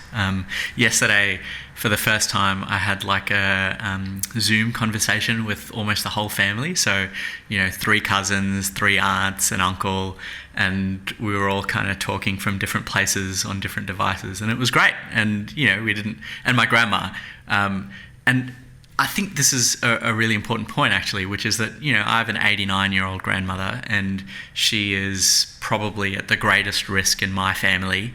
And as sad as it is, I've kind of had to make the decision to not see her now. And I can imagine that that's really hard for me and for her. She depends on her grandchildren for a lot of her social interaction, because a lot of her contemporaries aren't around anymore. And so, it's good to be able to talk to her over Zoom. I agree with Abhi that exercise is super important, and I would add that we get a lot of incidental exercise day to day when we're going to work and catching public transport and stuff like that, and we're just not doing that now because a lot of us are just staying at home. And so all the more reason to make a specific effort to actually get out there and do something. No, that's great. It's really good, and I think this is a good space to talk about meditation as well. Not just in the current environment, but as a bit of a tool to battle all the mental health issues that we may face. I think Abhi, you've experimented with a bit of meditation. Would you like to share your experience and see how it has helped you? Yeah, absolutely. Very light in terms of experience, but some nonetheless. So back probably about 5 years ago. I did a 10-day meditation course in Blue Mountains, part of Vipassana, which is no speaking, no writing, no reading. Your external stimuli are all cut off. This is the silent retreat. The silent retreat, that's it. And it goes for 10 days. It's live-in, so you're there with maybe 200-300 other people. There's a structured pattern to your day, waking up at 4:30, starting meditation with a guided audio plan, and then all the way till 8 or 9 o'clock, you'll have your dinner and then go to sleep early. So that 10-day experience was fantastic. Highly recommend it to people whenever that opens up again post COVID. And what it does teach you is the idea that our thoughts are impermanent. I mean, much without getting too philosophical, but so much of how we see the world is impermanent because we see it through our own lenses, and it depends on how you're feeling that day, what you've eaten. And so what it teaches you is to take out 5 minutes in the morning, 5 minutes in the evening, and that particular technique teaches you to focus on your breath and watch your thoughts come through and come in and come out. And mindfulness obviously is the modern way of talking about it. That has been really helpful. I'll be honest, I haven't been doing it too much lately, but it is a wake-up call for me to start that again. And what you realize of absolutely coming out of it is that your thoughts are impermanent, your emotions are also impermanent, and knowing that and feeling it means you can carry that throughout your day. If you're having a difficult conversation with someone, you're quicker to catch yourself falling into your sweaty palms, maybe your voice is stammering because you're getting angry, and detecting that helps you step back a bit, catch yourself, and then pick on with the conversation wherever you want to go. So that was a really good experience, and highly recommend starting 5 minutes, just focusing on your breath and see where it takes you. It won't be perfect, but you will get better at it. That's great advice. That's really, really good. Kiran, have you ever tried meditating? And if so, how did it help you? Yeah, I guess I'm like in a similar way to Abhi. I would say that I'm kind of light on meditating, but I was introduced to it, I think, through a book called The Mindful Therapist by Dan Siegel. And I think it was kind of maybe 5 or 6 years ago.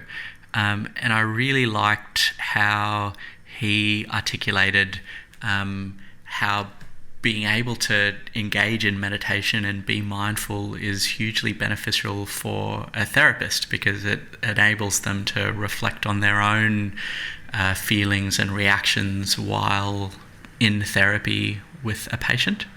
And so that's how I got started. And I think I then worked through a lot of the modules in this Smiling Mind app, which I would recommend highly to anyone who's kind of getting started, because it really takes you from the very foundations of meditation, and then at the end it will kind of get to 20 to 30 minutes of fairly unguided meditation. I would say though that when I started to do it 5 or 6 years ago, it was really hard, and even kind of trying to sit and meditate for 5 minutes felt like an age, and it felt like, I just it was like almost torture-like in the beginning. It's nuts. It makes you realize that self-isolation, why people hate it so much. Because you're trapped in your own head, and you realize the jungle that's in your head when you don't your subconscious mind is a mess, and it's just not, and that itself is eye-opening, and you just come out with more empathy for people, because you're like, oh shit, if that's going on in my head, that probably must be going on in their head, and that probably explains why they're being a dick to me. Yeah. I would also say that that difficulty that I had at the beginning also makes me think, though, that it is important that people kind of work through a graded approach to meditation, because I can't imagine at this stage going to a 10-day retreat and how that would work for me. Like, I reckon I'd probably need to work myself up to it, but maybe other people work better with, like, you know, a flooding approach and just kind of go and do the whole thing and see what happens to you. What do you reckon, Arjun? Yeah, look, I think the point about the jungle is really a great analogy to what's up in there in your head. And it's not one of those serene jungles you see on Google wallpapers. It's full of beasts and dangers and pitfalls and these. It's more like, I think the best description of this minefield or this landscape was actually in that Disney Pixar film where all their motion characters are. I forget the name of the film. Inside Out, that's the one. Yeah. I think that is a great analogy of the mind and all of its perils. And I was introduced to meditation back in my religious days, and I wrongly approached it with this idea that it's going to make me closer to God. And it didn't. In fact, through meditation, I realised that I was an atheist, so that was interesting. But I had abandoned the... Sorry. No, I would just say that's hilarious that you walked away from that, but I guess you can still hold on to the meditation technique. Is that fair to say?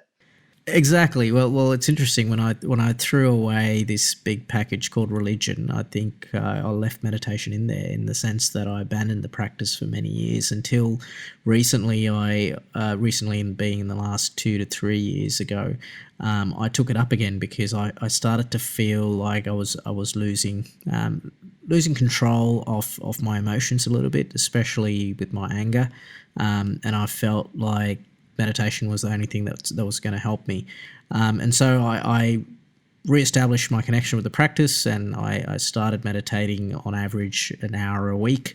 And yes, I was using all these apps. I mean, Smiling Mind I hadn't heard before, but I'm definitely keen to give it a go, Kiran. But the one I used was Headspace, and then Sam Harris's Waking Up app once he finally released it.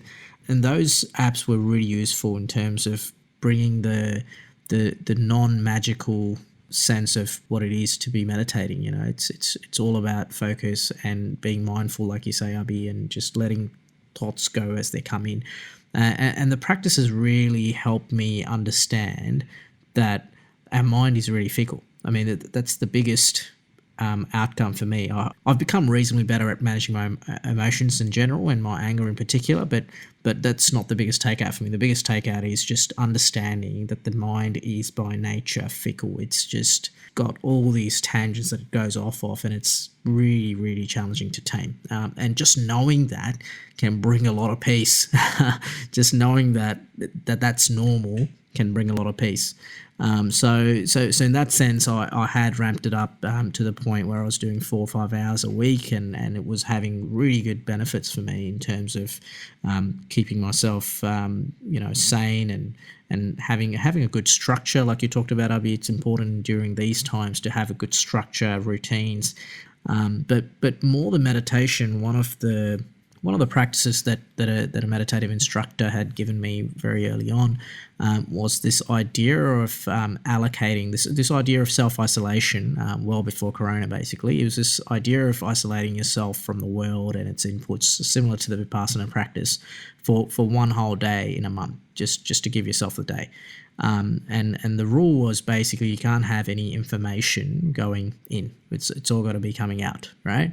So what I'd do is I'd pick up a book. I would take a drive to my nearest beach, and I'd just sit there for the whole day in the car just writing things. I'd take some snacks with me, but that was it. I'd just be writing stuff. And I look back on these journals, they don't make any sense, but what I got out of it was a sense of serenity, and it gave me so much opportunity to get the priorities in my life right and try and understand myself to the point where I can be confident about the decisions I was making day to day, and how I was with the people in my life. So more than meditation, that practice has helped me, and that's something I've held on to for all these years. It's not so much a beach these days as just sitting outside in my balcony, but the same principle applies. I turn everything off. I go MIA for that 12, 13 hour period, and I do still do meditation, on average 2 to 3 hours a week, but it's become a normal practice for me now. It's become a regular thing that I do, and it's hard. It's almost got to the point where it's hard to measure what kind of benefit it's actually having, because I do it so often now. So surely there's some benefit. It's become a new normal for you, which is great. I mean, that's what you want to get to.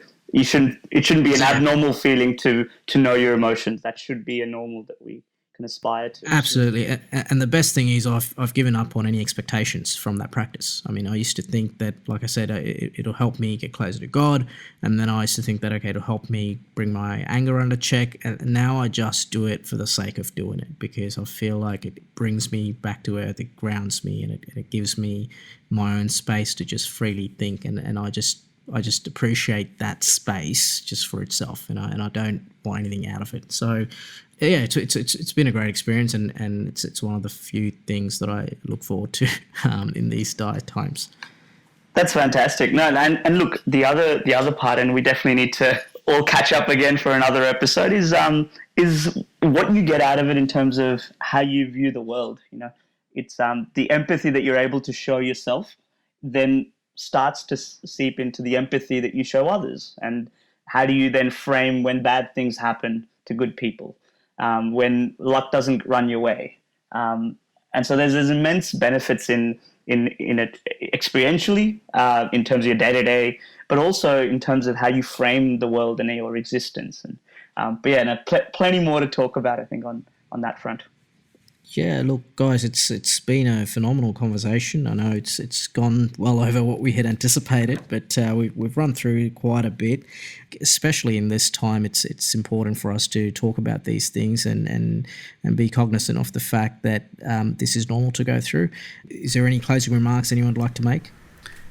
I think it's been really enjoyable, and I've liked talking to you both, and it's really nice to kind of have an open conversation that doesn't feel like it's that time limited, with two people who are clearly very kind of reflective about their own thoughts and experiences. Mm.